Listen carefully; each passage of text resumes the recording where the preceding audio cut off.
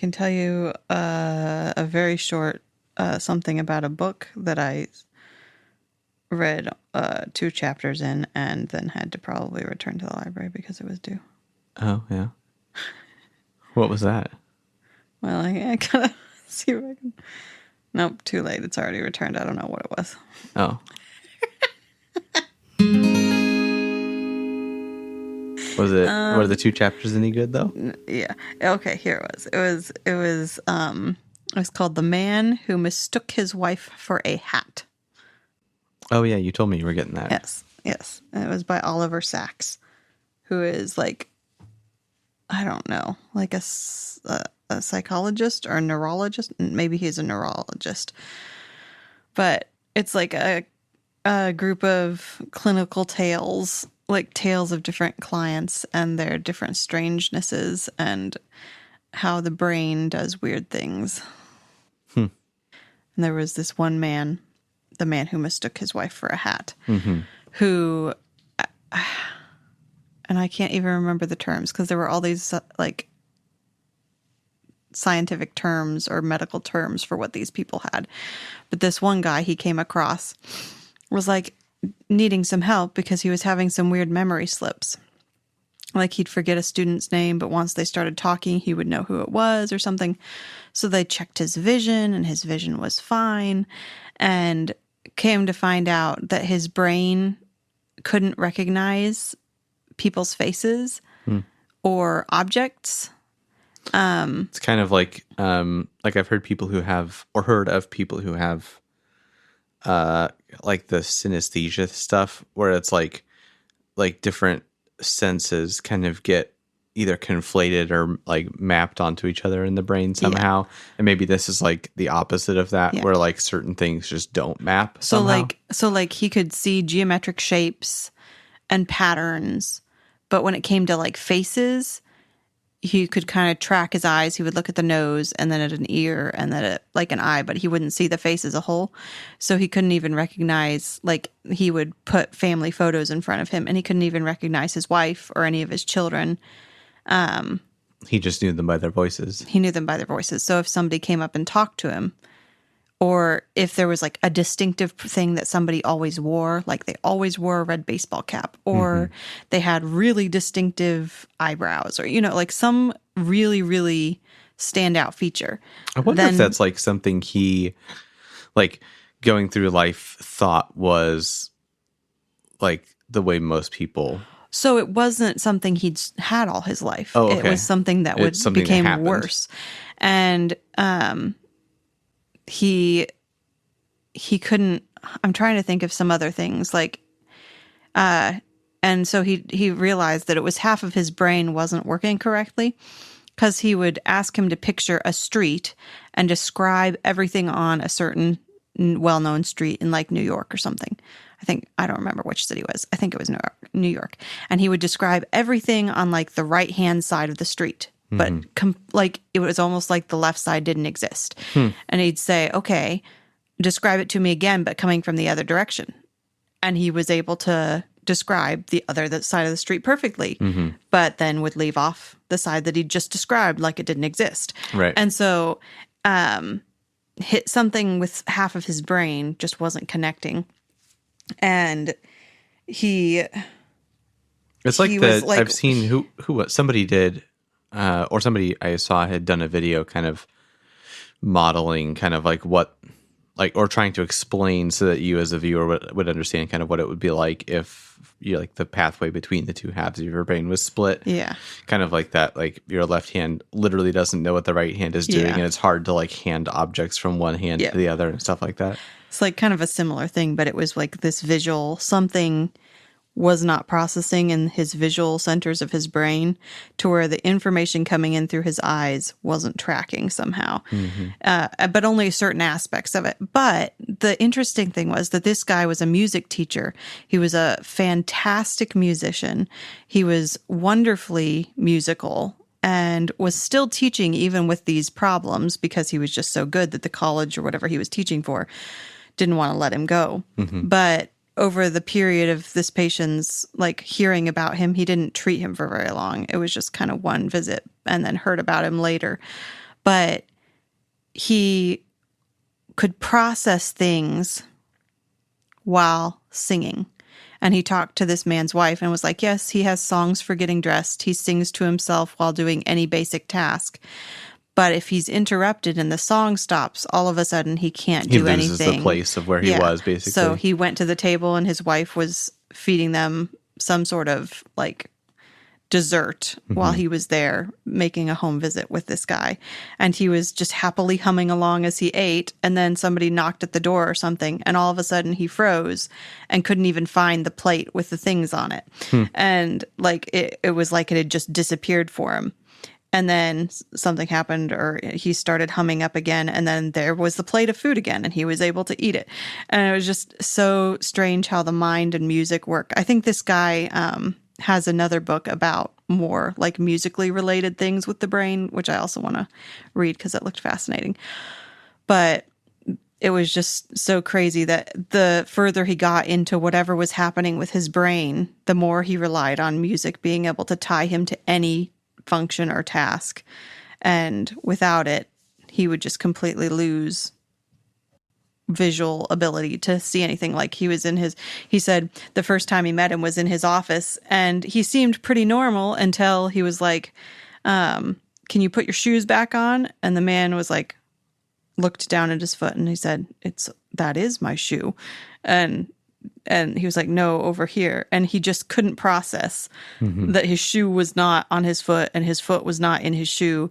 And that just did not compute. And when it was time to go, he reached over and grabbed his wife's head like he was picking up a hat and tried to lift it because he thought it was his hat. And so it and she would just kind of laugh it off. But I think his family just got used to these things and just looked at them as foibles and didn't realize how bad it was. How bad it really was. Yeah. But because it's not that he couldn't, like, it's not that his brain wasn't able to do certain things. It's just for some reason it wasn't able to process the information around him correctly. Well, and the other case that I read about, like I said, I only read 2 chapters, was a guy with severe amnesia. And I guess they came to figure out or assume that it was like alcohol-induced amnesia, like severe alcohol poisoning. Something had messed something up in his brain to where it was like the 1960s or 70s, or maybe even later than that. And he still thought it was 1945 and was just kind of stuck at that point in memory. So he could remember everything that happened before 1945. And every once in a while, something would trigger a memory that was like maybe 10 years past 1945. But that was as far as his mind would get. And he came to find out that this man had a career in like the Navy till the 1960s, like 1965 or something. He had been in it for that long. And then he was cut adrift or left for some reason and went into severe alcohol usage, alcoholism, and at some point ended up in an emergency room or hospital with alcohol poisoning or something.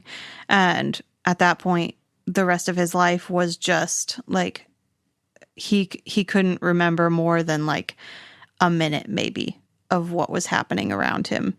And it would just be on a loop. It's like he was really cheerful, but every once in a while he would kind of have this distressing, like, what do you mean it's not 1945? Or what do you mean my brother isn't 25 years old anymore? This gray-haired man is somehow supposed to be my brother who's just walked in. Or he'd see himself in a mirror and it would be very distressing because he was like 50 years old and he could only remember up to like age 21.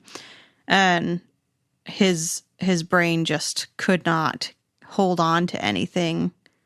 Like the long-term memory before 1945 was fine. He could remember his childhood. He could remember his time in the during World War II and stuff.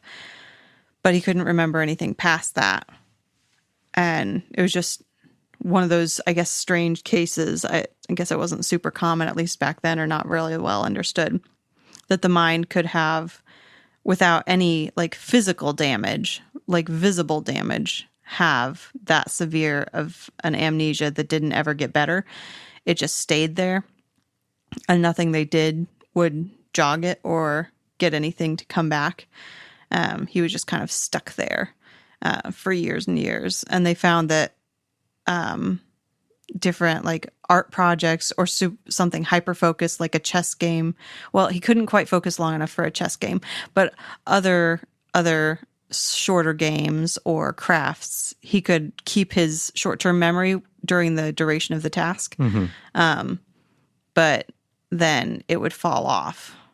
But with music, or while he was in a chapel doing like mass in this home they were in, and he talked about sisters, so I'm guessing it was like a Catholic like home for people with these sorts of problems. While he was taking communion and in mass, he was super focused. He knew what was going on. He could concentrate. Something about it made his mind stay quiet and focused. And then when he'd leave, it would be back to like can't remember anything that's happening. It was just, it's kind of like a reverse Groundhog Day scenario where it's like, instead of reliving the same day over and over again, it's like it's like it feels like it should be the same day, but every time it's different or something. Yeah. And just not. Is Groundhog Day the right movie? Am I thinking of the right thing? Yeah. Like a day that repeats itself over and over again. Yeah. Yeah. Yep. Yeah. I mean, thinking about the other guy with music and stuff, like we have songs and things, like we'll sing something as we go about and do our, do things around the house. Either a song will come to mind, or something will spur a song or a memory or whatever, and off there will be music while doing whatever task it is. But we don't have anything that's like a load bearing for Elise or something, where it's like this is bearing me through the work that I have to do, and like is the thing that keeps me going. I'd heard of somebody who, it wasn't quite this, but he had a tape that he had in his car, or maybe it was a CD. It was probably a CD, but he would always like start it from the beginning anytime he was going to go somewhere, and then like how far he got into the CD was kind of like his reference point for like how long it took him to get places. That's funny, and it's not really the same sort of thing at all, but it was just one of these weird like things that music does to like fill stuff in people's lives. I guess it's just so funny how different musical things can have a memory attached. Like I was listening to Mozart's Magic Fantasy with the boys. It's the Classical Kids CD, kind of surrounding the Magic Flute, Mozart's opera, and one of Mozart's operas, and it's telling that story, but like for kids, so it's shorter, and they sing in English and all that. But I was just kind of caught off guard because I was playing it in the car, and I was just sitting there listening to it, and I was just, some of the pieces were so emotional for me that I was almost sobbing, and it was just such a strange feeling to remember that was what made me want to be able to sing, was the sopranos singing those parts in that CD.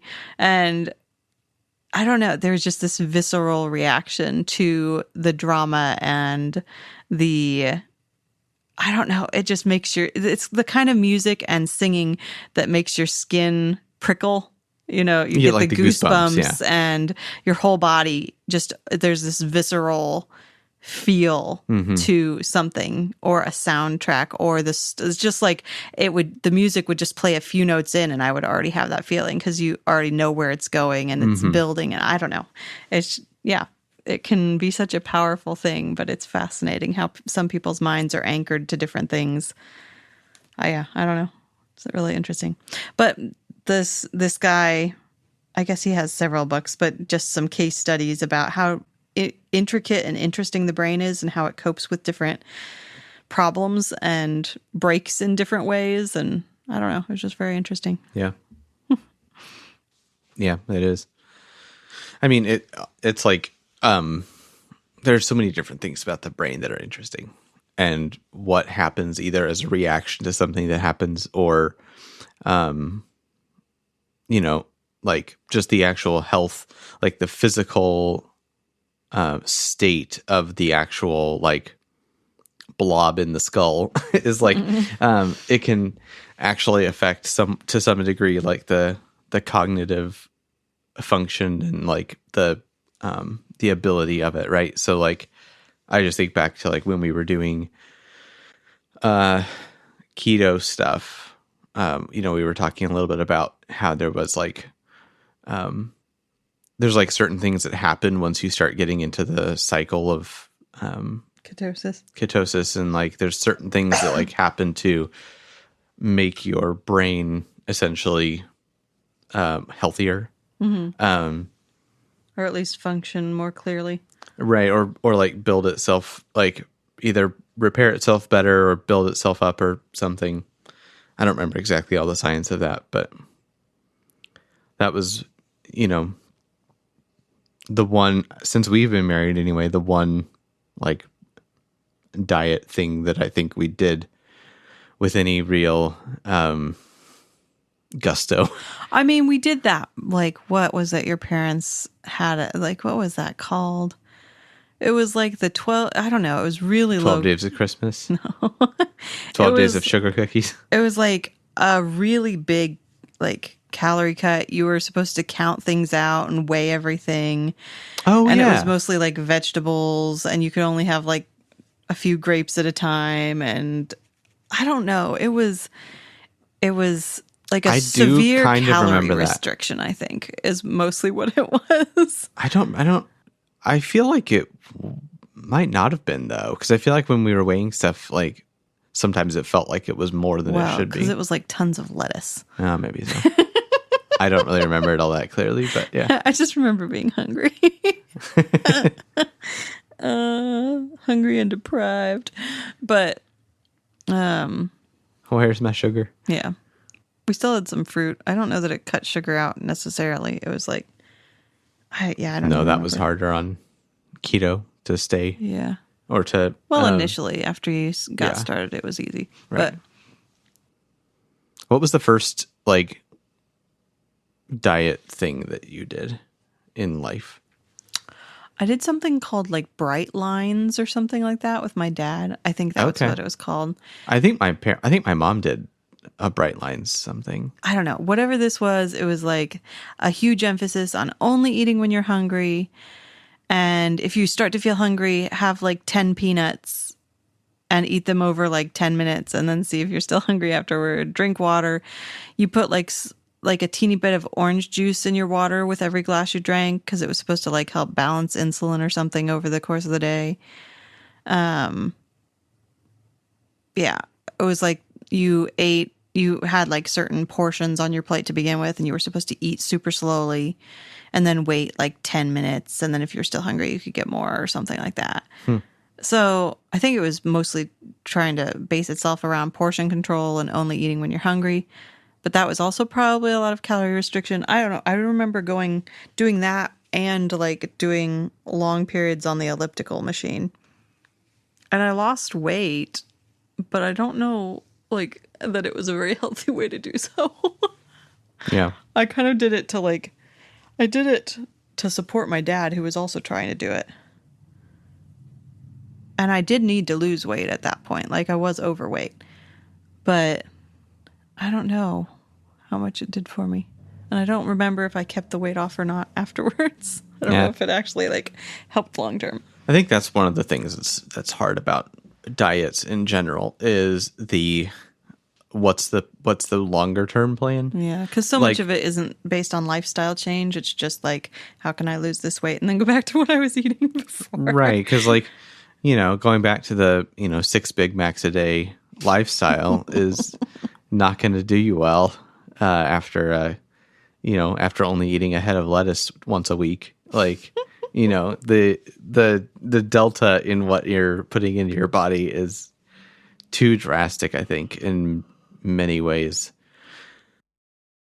Yeah. And I think it's like, that's one of the things that I think about when it comes to like keto or whatever it is, or if you're going to do paleo or whatever. It's like you almost have to just kind of turn that into the, this is how I eat now Yeah. sort of thing. That Maybe or not have a specifically keto sustainable- or paleo, but having something, yes, that's sustainable where it's like, this is my long-term plan and I won't go back to eating the way I used to. Well, and even if you go something more strict like keto, having a game plan for coming out of it, that's not just going back to what you were eating before. Right. Like, okay, I might not be doing zero carb, but I'm not having cake. I'm not having a treat every single day. I'm sticking to my 2 meals a day or 3 meals a day and not snacking. I'm doing intermittent fasting, like actually having things in place so that you don't completely fall off the rails once you decide you're not doing whatever super restrictive thing you're doing.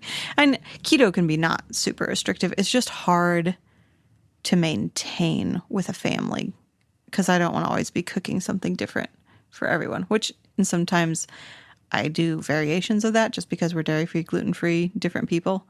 So sometimes it's a little different, but I don't make lasagna for dinner because cheese. And I don't, make mac and cheese for everybody very often because that's 2 pots of 2 different kinds of mac and cheese. And yeah, there are certain meals that I just avoid. Right. But yeah, it's the how do you make this, what's your steady state, right? Like what's the sustainable long-term plan for here's how we're going to be eating from now on. And I know that I often fall into the category of like, well, I just want to go back to eating cereal in the morning and having ice cream every night or something like that. And it's not that kind of eating pattern isn't going to be ever the sustainable path. yeah. And even not just sustainable, but for me, it's even more than just bad eating habits. It's like sinful eating habits, going into like not just bordering, but going fully into like gluttony or to complete lack of self-control. It's like eating cake for breakfast and ice cream for lunch, like just not taking care of my body at all and just pulling out whatever sounds good, whatever will give me that endorphin, dopamine hit and make me feel good in the moment. And that never ends well, calorically or physically. It's like it just ends up with you feeling nasty.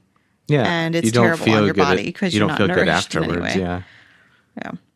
So it's the instant, like this tastes good. Yeah. Sort of kind of overrides the. Yeah.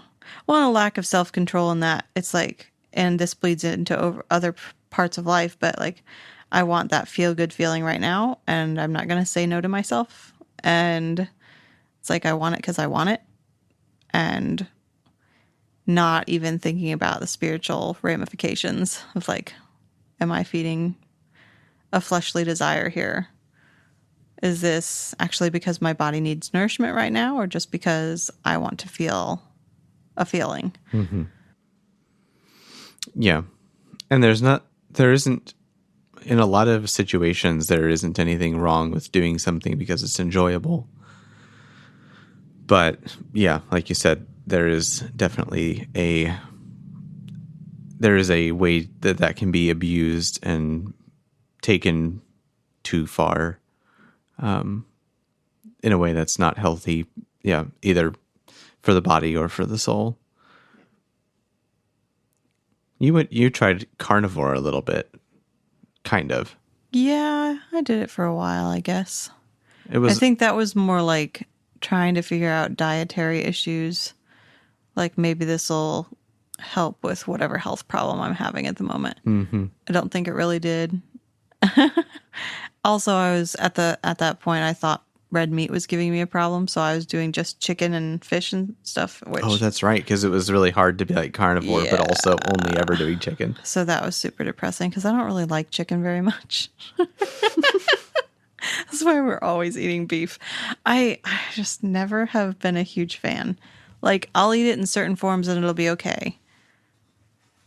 But yeah, I don't know. Most of the ways I fix it, I just don't like it very much. I don't know why. Yeah. We need to bust the grill out more often. Yeah. It's like your mom's crock pot chicken is always really good. She's got a really good flavor and it's really moist and just like fall apart and it tastes really, really good. Or grilled chicken, that's good. But man, I don't know. It's never been a favorite. Even when I was a kid, it was kind of, ugh. Yeah. So I don't know. Yeah. In certain, like I'll eat it and it's not the worst. Like most of the ways I fix it, it's not like gag worthy or anything. It's just not my favorite meat. Why do you think turkey became like a holiday staple? Because I feel like for a lot of people, that's one of their least favorite. Is like a lot. I don't know very many people that really like turkey, and it's like it comes out for holidays because it's like this is the time when we get all the food we like, and turkey comes out, and I don't really know why. It's like I think my dad really, really likes turkey. I don't know. Yeah, I don't understand. I think maybe more people enjoy it than we think do. I don't know. Maybe so. But yeah, and I don't hate it. It's just not. I wouldn't choose it. Like if I had a couple different meats in front of me, I would never pick it. I think as a child, part of my dislike for turkey came in because turkey, it's a big bird. There's a lot of meat there. And when you have little kids that don't eat a lot and your family meals are usually maybe you and a few other people on holidays, or you and your grandparents, or maybe one set of cousins sometimes, it's like there's a lot of turkey leftovers. And I remember being so upset when turkey like masqueraded as chicken in recipes. Like this is a chicken showed up recipe. Later. This is a chicken recipe and it is not chicken. This is definitely turkey. And it was just the worst turnoff. I was like so upset when turkey masqueraded as chicken, and it wasn't chicken's fault, like chicken was okay, like it wasn't the worst thing in the world, but turkey as chicken was just like, no, thank you. And so turkey by itself is one of those things that's hard for me to get down. If it's got cranberry sauce, that's okay. Turkey, cranberry sauce. I hate cranberry sauce. I don't care much for turkey either. I hate it, but I ate it. It's a Victor Borge skit that he did. I was like, I don't recognize this. Just talking about holiday food. Yeah. The way he delivers it is so funny, though. Yeah, I agree, though. Turkey is not my favorite holiday meat. Yeah. Ham is okay, but really, I just like beef. And I like beef. I like pork in some ways when it's the way it's prepared. I like ham. Turkey is give or take. Chicken is usually give or take. Yeah. Yeah. I guess I'm really picky when it comes to protein sources, is what we're learning. What would you say? So you did carnivore, you've done bright lines, we did keto. You did a little bit of paleo, like for like a couple weeks. Not really. And then there's like, didn't you do Atkins or something at one point? My dad did. I never did. Oh, okay. We kind of ate some of it with him. I remember one birthday, my mom was trying so hard to make him something he could eat on Atkins. And there was this weird, like, white, jiggly, jello-y thing that... It sounds so good. She put blueberries around and stuck a candle on the top. And it had... I don't remember if it had no flavor or if it tasted terrible, but they all ended up in the trash. It sounds like a Dr. Seuss food. I don't know. It wasn't good. Whatever it was. What would you say makes any of these or all of these like when is a diet a fad diet? Because I feel like that's a term. Fad diet. Like it's a term of art that gets thrown around. It's like this diet is a fad diet, as opposed to like there is a fad right now of people doing this diet. It's like, no, that diet is a fad diet. You know what I mean?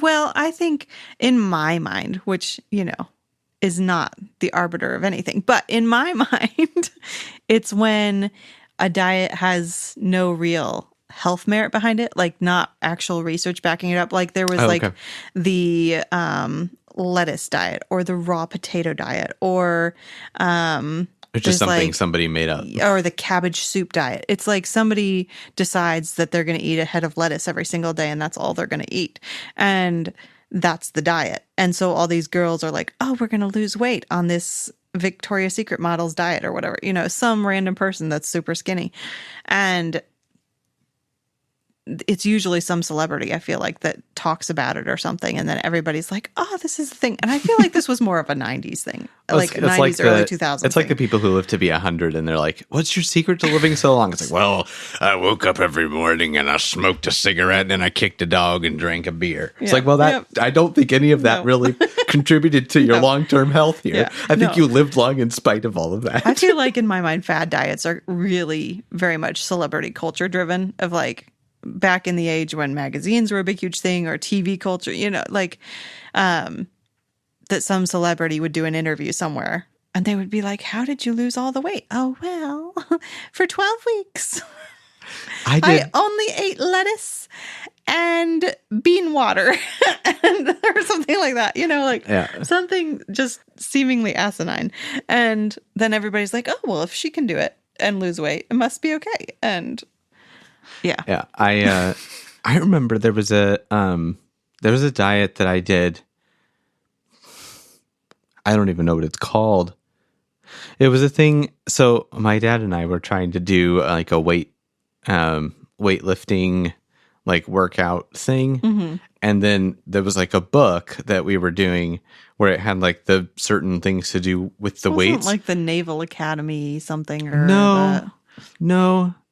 But it also had like food, some stuff around food in it. Huh. But it was like, said something about like eating 5 meals a day or something.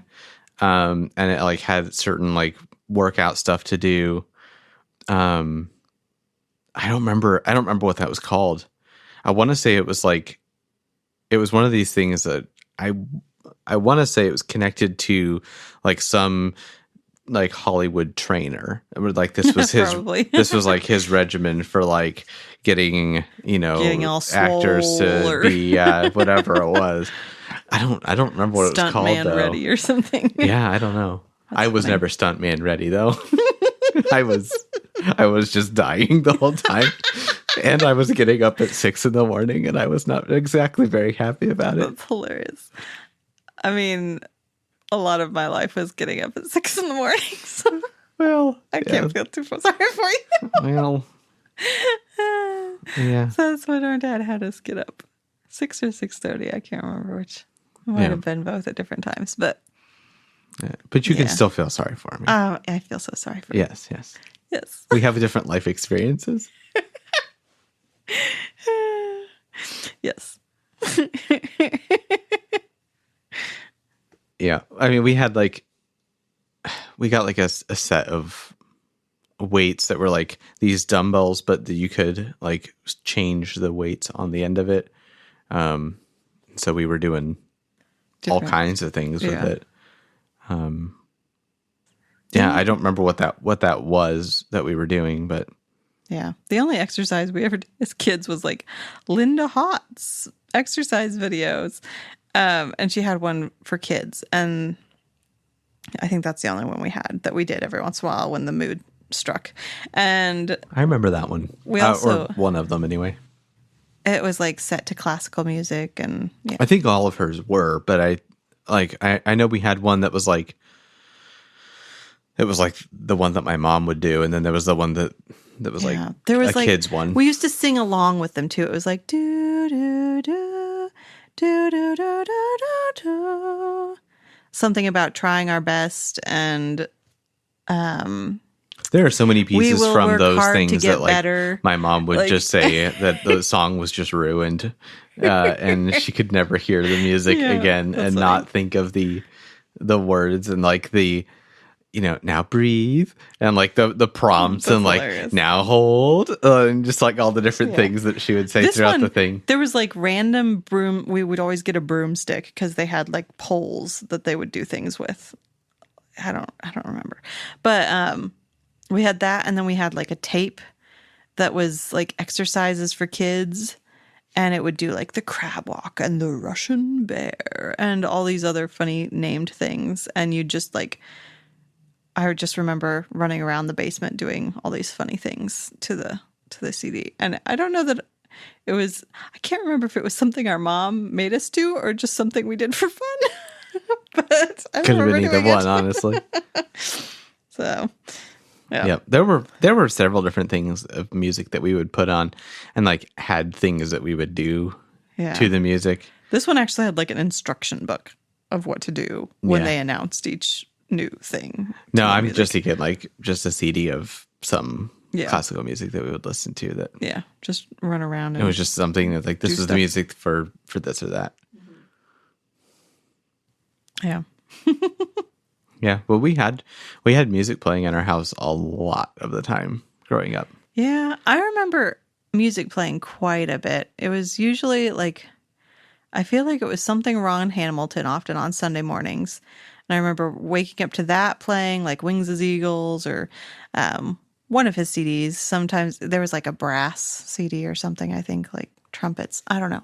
But I remember hearing that on Sunday mornings and always waking up to the sound of that and dad cooking breakfast. So, like the pancakes and eggs and maybe sausage.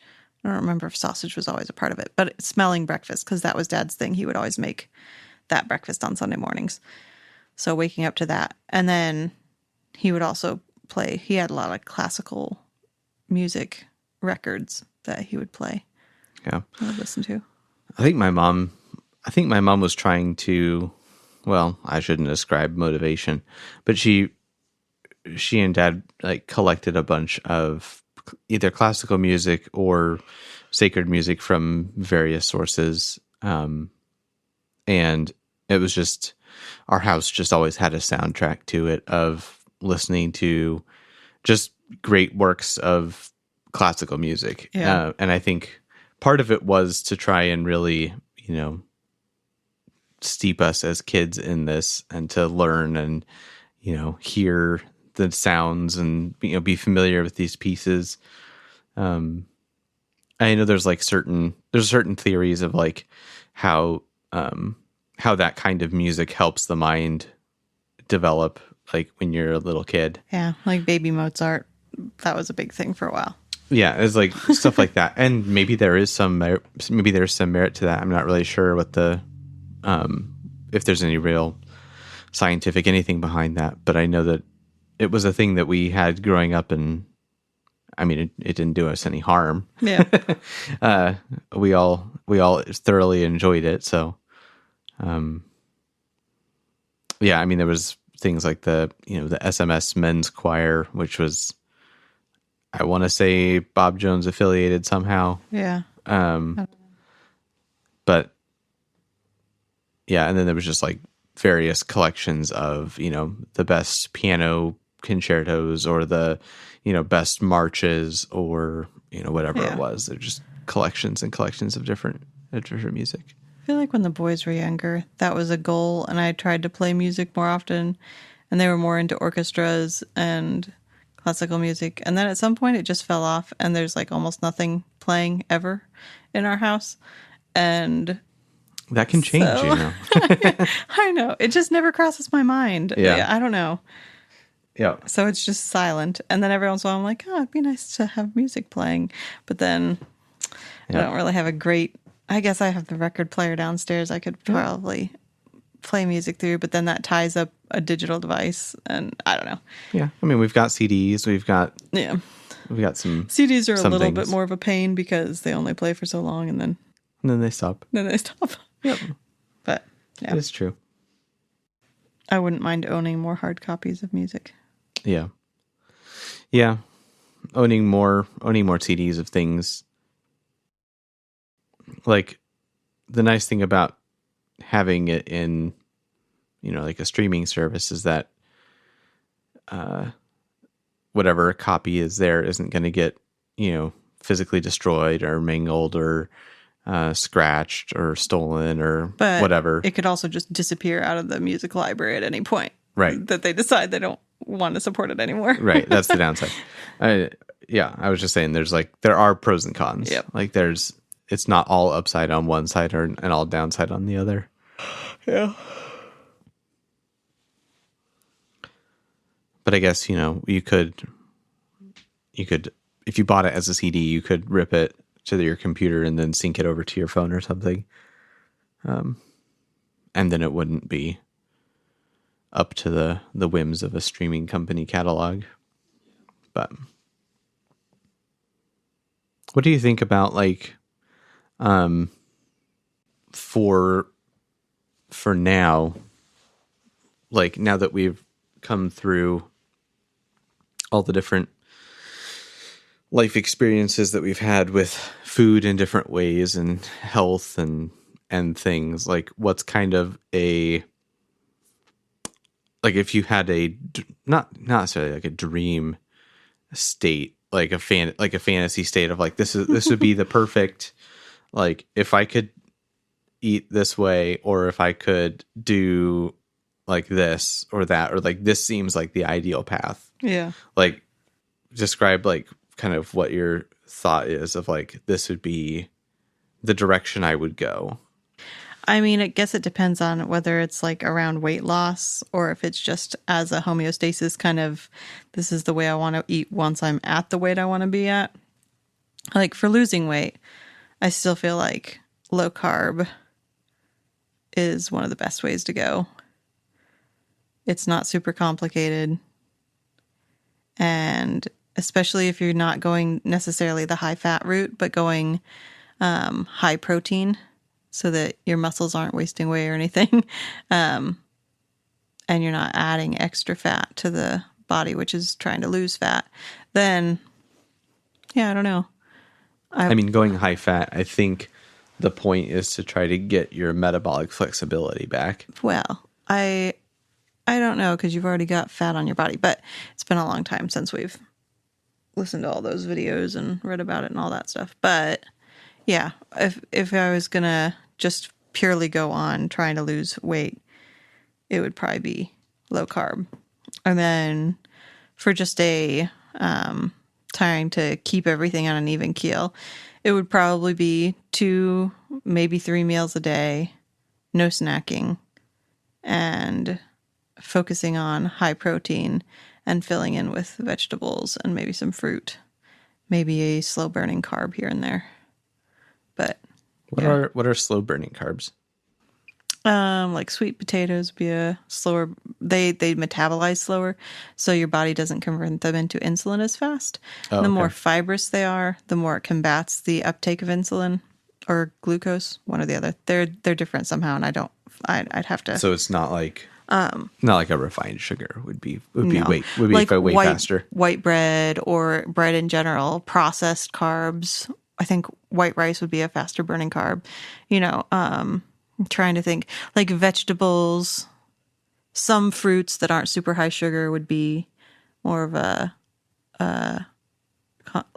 when people talk about complex carbohydrates, it's see if I can pull up. Like blueberries.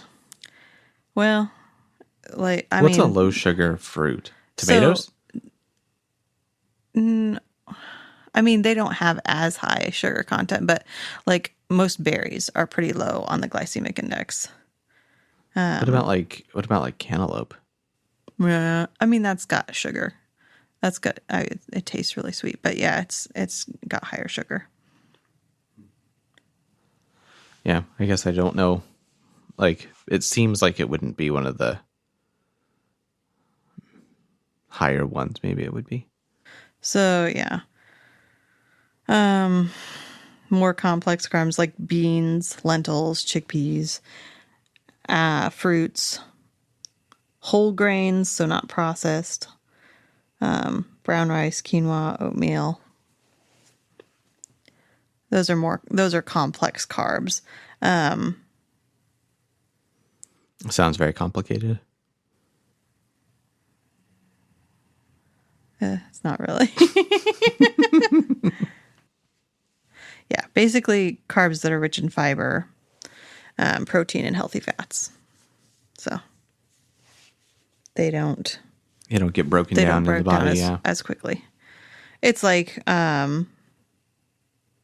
with insulin and your glucose response to stuff.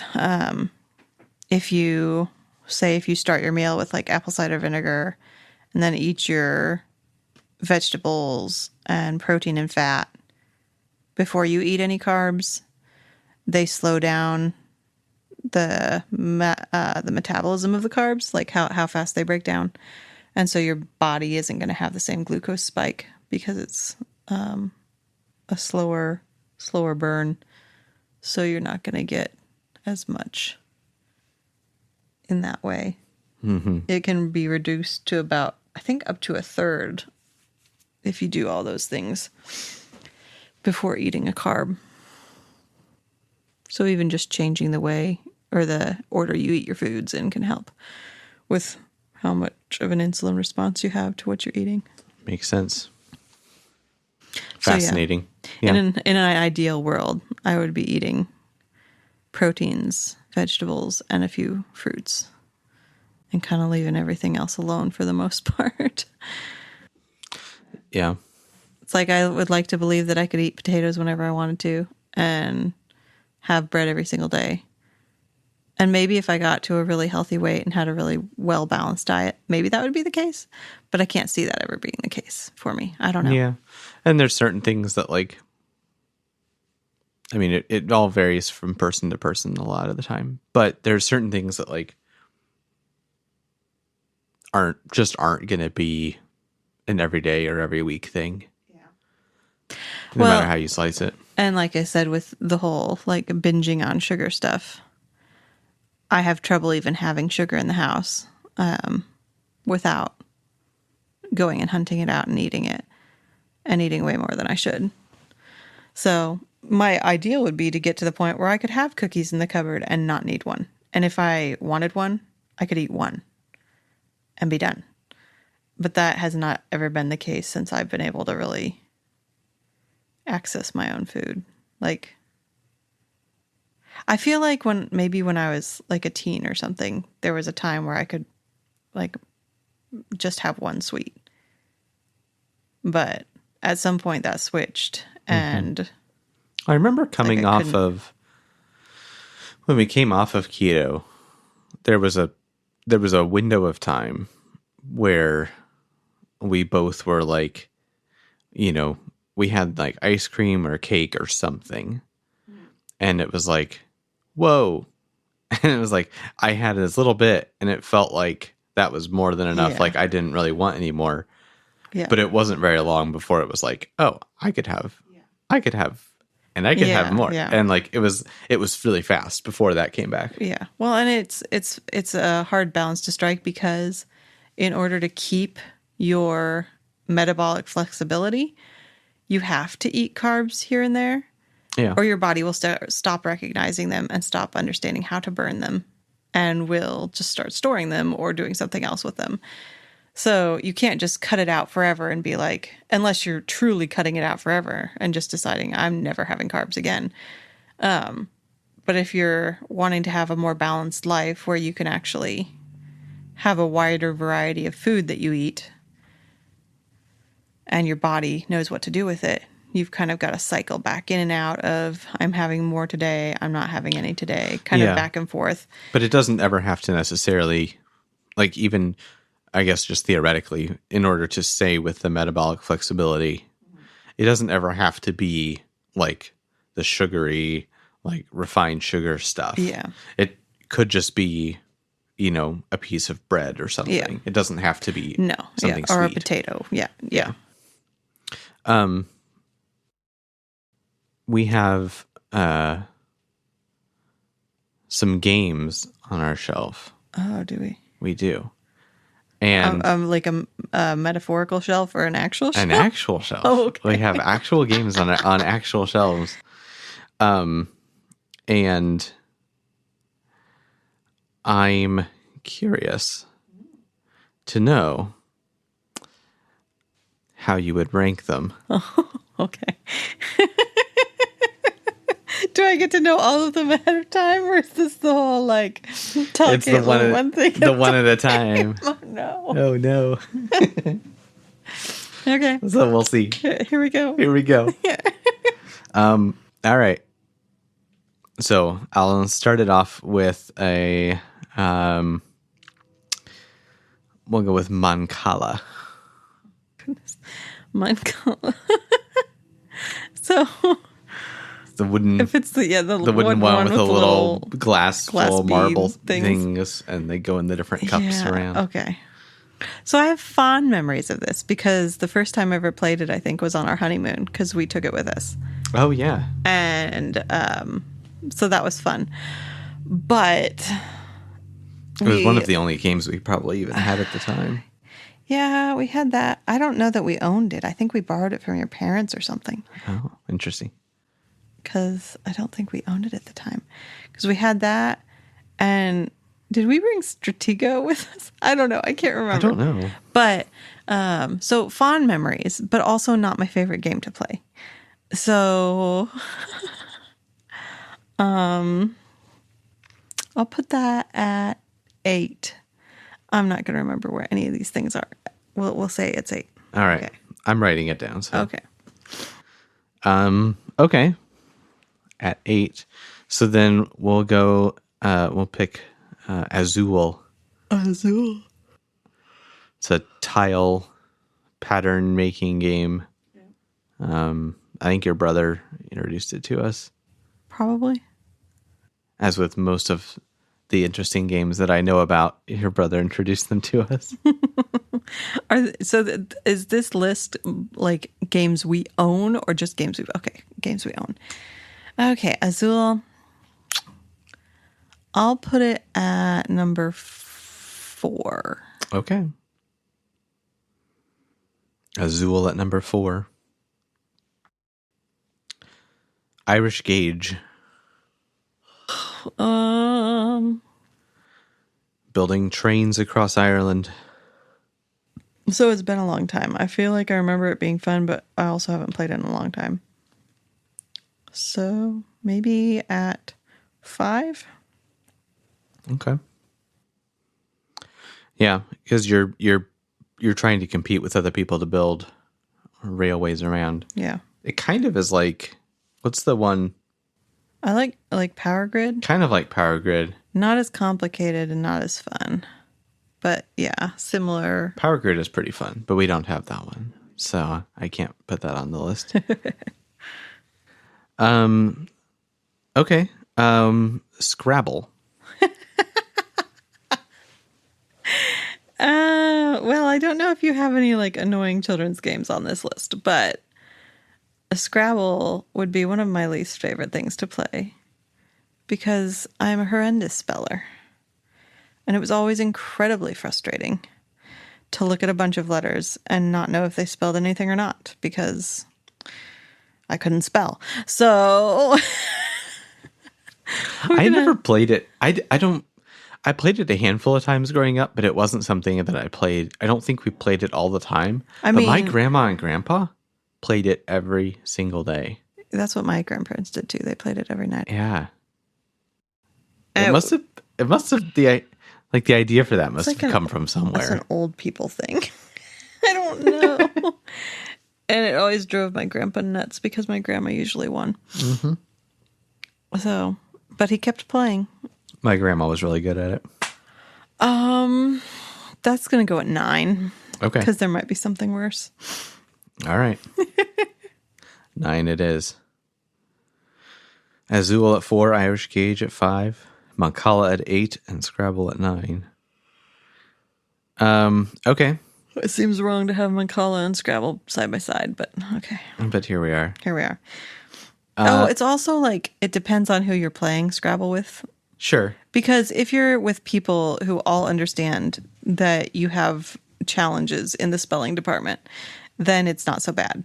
But if you're with other people, it's just straight up embarrassing because it's like, you can't spell that? Nope, apparently not. Okay, continue. Forbidden Desert. Forbidden Desert. That's a fun one. Frustrating, but fun. Trying to get out before you get buried in sand. I'm going to put that at 7. 7. Well, I'm trying to remember which games we have, and I'm pretty sure that there are ones, if you've picked them, that I like quite a bit better. So, Okay. All right. Yeah. Okay. Well, upcoming next one is The Crew. The Crew. Yeah. The Quest for Planet 9. I'll put it at 6. Cooperative trick-taking game. That was the first... I think that was the first cooperative card game I think I've played. Huh. I think Forbidden Desert was probably the first cooperative game that I remember playing. Because I think we got introduced to that when your parents were living in the Blue Springs like rental house or whatever. Oh, that far back, huh? I think so. Wow. Okay. Okay. Clank in Space. Clank in Space. Yes. I really like Clank in Space. The alien is going to get you because you're on his ship. Don't make too much noise. Yeah. That's a fun game. I just love all the pieces and that you get so many different cards and then they're not all the same and they do different things.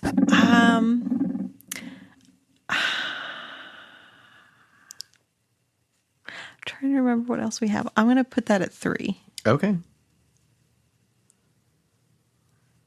This is the search space is a lot smaller than our book library. Yes. To pick from. Yes. So you have a fighting chance of figuring out what's coming up.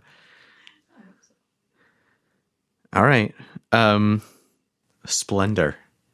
Up next. Splendor. What did I put Clank in Space at? 3. Oh, shoot. Okay. So you've got 1, 2, and 10 open. I'll put it at 2. Okay. Because I probably would have switched it in Clank in Space, but here we are.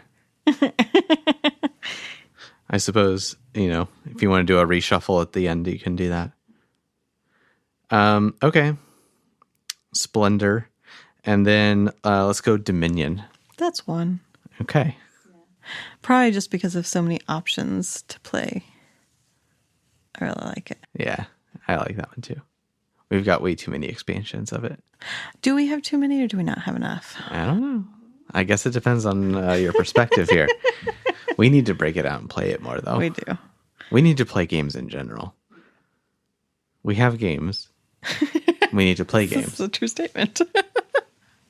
The problem is several of these games are like, they don't work as well with 2 people.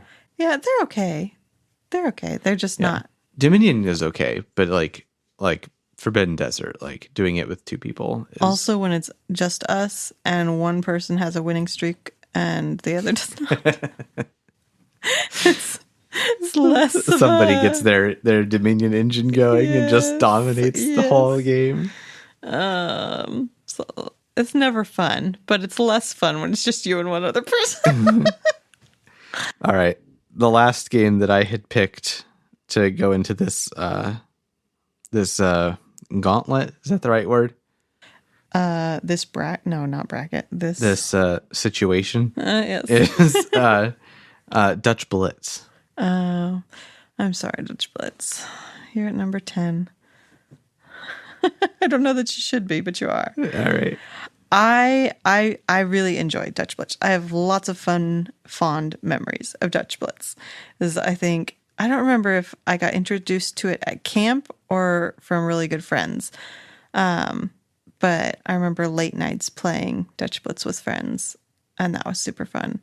But I also remember playing it in like the camp cafeteria as a worker staff person.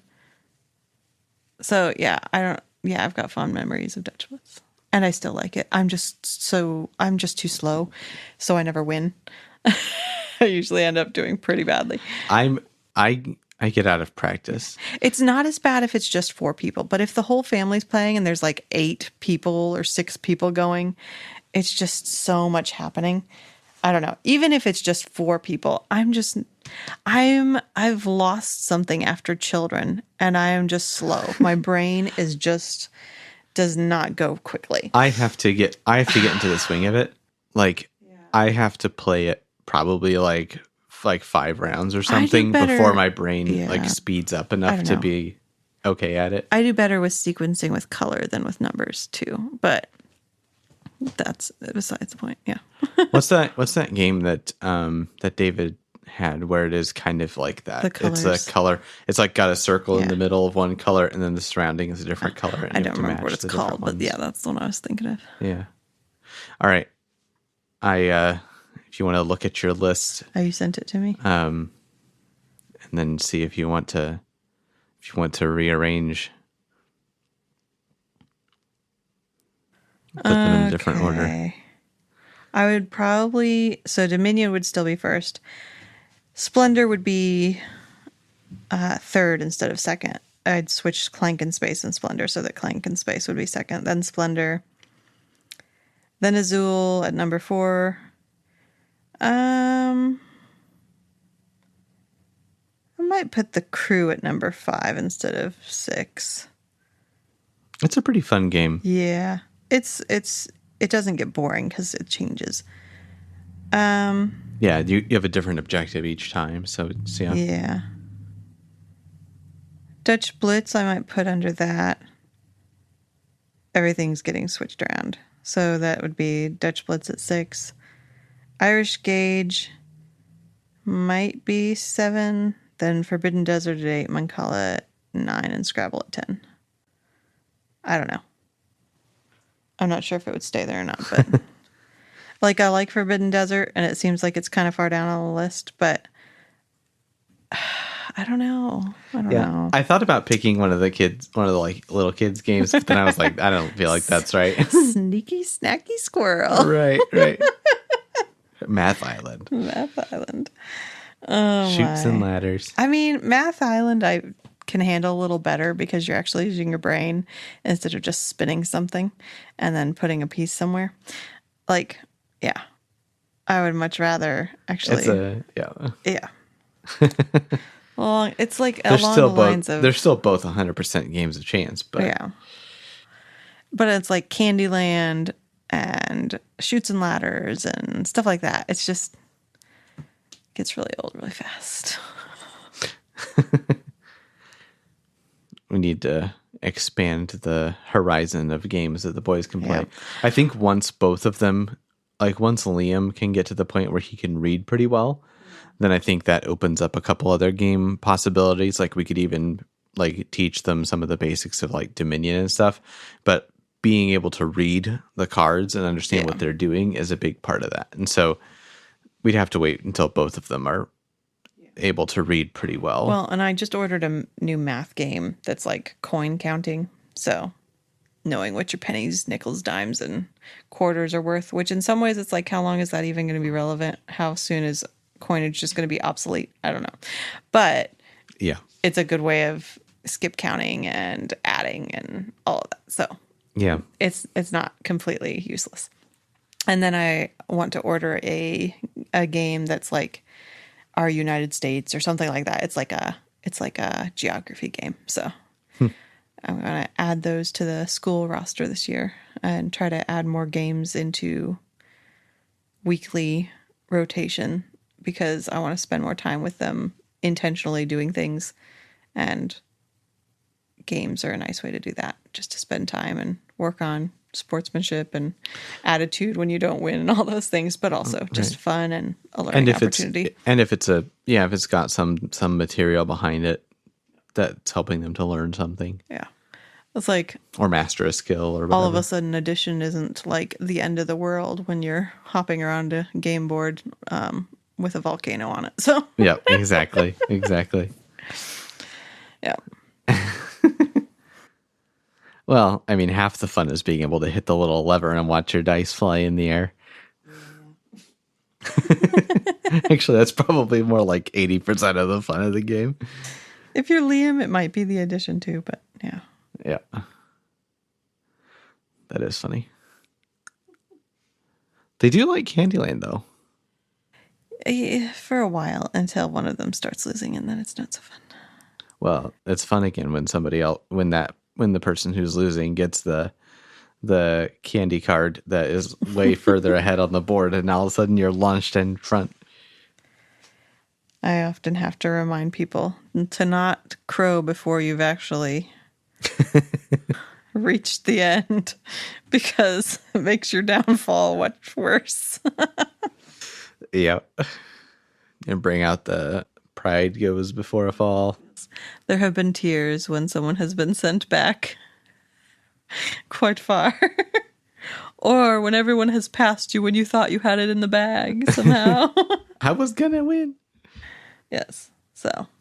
Mm-hmm. I mean, we had games like Uno and Phase 10 that I thought about throwing on the list. I thought about putting Stratego on there, but then I didn't. Stratego, yeah, we haven't played that in forever. I didn't put Apollo on there because we haven't really ever played it. Yeah, I think you've played it a few times. I might have played it once, but it was not memorable for me. So. Yep. Any game that takes like 3 hours kind of falls off for me. I don't know. If it's so complicated that you need like a book to explain it, it loses some of its draw for me. I'm just like, I don't understand this. I don't know how to strategize. I'm just stressed. Well, and Apollo has like a race against the clock aspect to it. Yeah. It's like that game we were playing with the boys. I don't remember. We played it over it was like a few weeks, maybe during the summer or something. I don't know. Maybe a year ago. I don't remember. It was some game we were playing on like Sunday afternoons where every time we played it, like we would keep track of where we were or what had happened and what points we'd gotten. And then the next time we'd come back and like we'd advance or something and get new things. What was that called? Oh, you mean... You're talking about your brothers. Yeah. When you said playing with the boys, I Sorry. thought Colin and Liam, and I could not picture a game. No. Not those boys. The boys. Let me be clear. Let me be clear. It's not the boys. Let the reader understand. The boys. Yes. What was that one? It was like, we had those little minifigures and Was it the Scythe?